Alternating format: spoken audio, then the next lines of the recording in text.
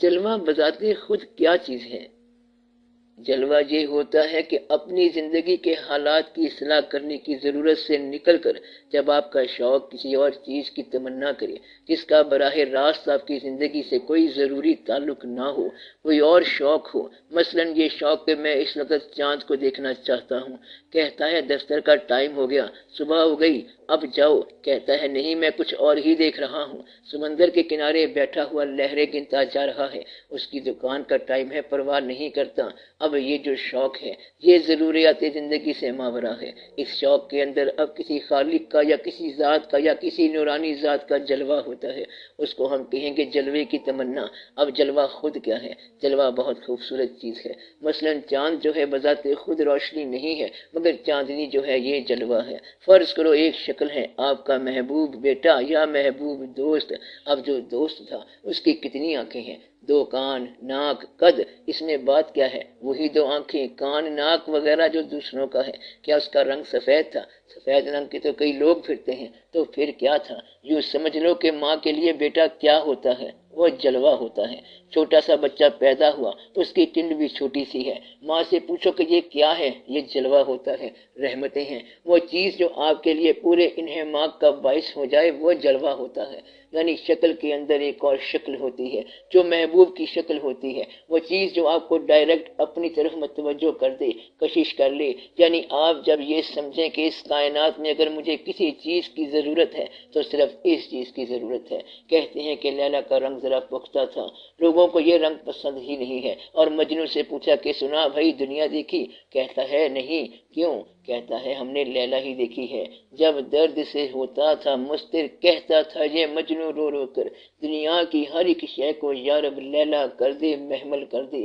اس کے لیے بس ایک ہی جلوہ ہے اور وہ ہے لیلا۔ لہذا وہ چیز جلوہ ہے جو آپ کو اپنے آپ کو نثار کرنے پر خوشی سے راضی کر لے۔ آپ کو کوئی کہے کہ 1,00,000 روپے جمع کرا دو تو آپ کہیں گے کہ 2 روپے سے کام ہو جائے تو بہتر ہے، اور دوسرا کہتا ہے کہ جان دے دو تو آپ کہتے ہیں کہ بسم اللہ اور کوئی چیز مانگو۔ یہ تو ہم پہلے ہی نثار کرنے کے لیے تیار تھے۔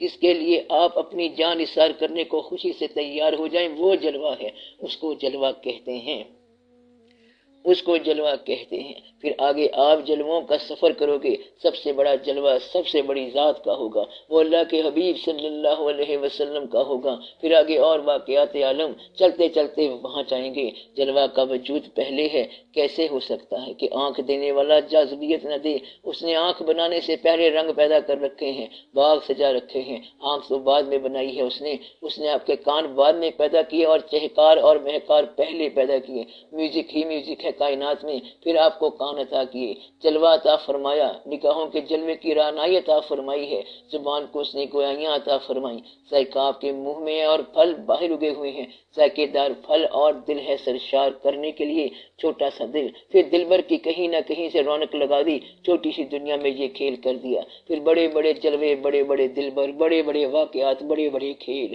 اور یہاں سے وسعتیں پیدا ہوتی ہیں۔ اللہ تعالیٰ نے یہ کائنات ایسے نہیں پیدا کر دی ہے کہ کھاؤ پیو اور مرتے چلے جاؤ، قبریں بناتے جاؤ، نو، یہ بڑے راز کی داستان ہے۔ عقل مند کی بات ہے کہ جہاں پر اس کا ہونا ہوتا ہے تبھی تو تمہارا ہونا ہے۔ اس نے مخلوق کو بالکل چھوڑ نہیں دیا کہ مخلوق ہے، چابی دے دی، بالکل سٹ کر دیا کائنات کو، ٹک ٹک ٹک ٹک ہوتی جا رہی ہے، نہیں، اس نے بڑے سسٹم کے ساتھ یہ سب بنایا، ہر دل کے ساتھ دھڑکنوں کو گنتا ہے، وہ آنسو کی خبر رکھتا ہے، اور رات کی تاریکی میں، سیاہ راتوں کی سیاہ تاریکی میں، کالے پہاڑ پر چلنے والی چھوٹی چوٹی کے دل کی دھڑکن کی آواز سنتا ہے، اسے دیکھتا ہے، وہ اتنا باخبر ہے۔ پتھر کے اندر جو کیڑا ہے اس کو بھی پانی پہنچا دیتا ہے، کیا کرتا ہے اور کیا کیا نہیں کرتا، یہ سب جلوے ہیں۔ اب جلوے کو دیکھنے کا طریقہ، جلوے کا مفہوم سمجھ آ گیا؟